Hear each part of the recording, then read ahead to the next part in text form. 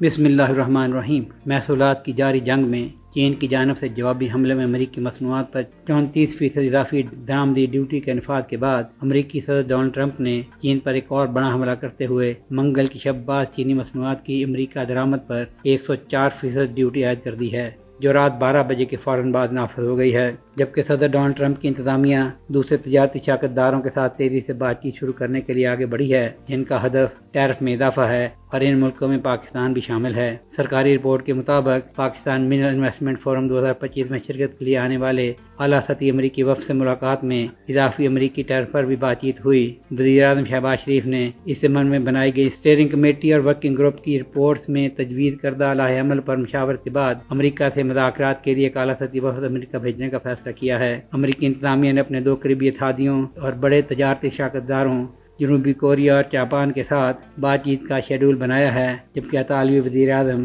Georgia میلونی اگلے ہفتے Washington کا دورہ کرنے والی ہیں۔ ٹرمپ نے وائٹ ہاؤس کی ایک تقریب میں کہا ہے کہ ہم نے بہت سے ممالک کے ساتھ بات چیت کی ہے، یہ 70 سے زیادہ ہیں اور وہ سب آنا چاہتے ہیں، مگر ہمارا مسئلہ یہ ہے کہ اتنی تیزی سے بات چیت کا سلسلہ شروع نہیں کر سکتے۔ تاہم وائٹ ہاؤس نے وعدہ کیا ہے کہ 50% تک ملکوں کے لیے مخصوص ٹیرف 9 اپریل کو مشرقی وقت کے مطابق رات 12:01 پر یعنی پاکستانی وقت کے مطابق جمعرات کی صبح 11:01 پر نافذ ہو جائے گا۔ یہ محصولات چین کے لیے خاص طور پر سخت ہوں گے، کیونکہ ٹرمپ نے گزشتہ ہفتے بیجنگ کی جانب سے 34% ڈیوٹی کا جواب ملنے پر گزشتہ شب اپنی درآمدات پر ڈیوٹی بڑھا کر 104% کر دی ہے۔ چین نے بلیک میل کے سامنے جھکنے سے انکار کر دیا ہے اور آخری دم تک لڑنے کے عزم کا اظہار کیا ہے، جبکہ امریکی انتظامیہ نے کہا ہے کہ وہ دنیا کی دوسری بڑی اقتصادی طاقت کے ساتھ مذاکرات کو ترجیح نہیں دے رہے۔ چین محصولات کی جنگ کے لیے تیار ہے اور مینوفیکچرر منافع کے بارے میں خبردار کر رہے ہیں۔ ایسے میں بڑھتے ہوئے بیرونی خطرات کا حوالہ دیتے ہوئے بین الاقوامی ریٹنگ اداروں نے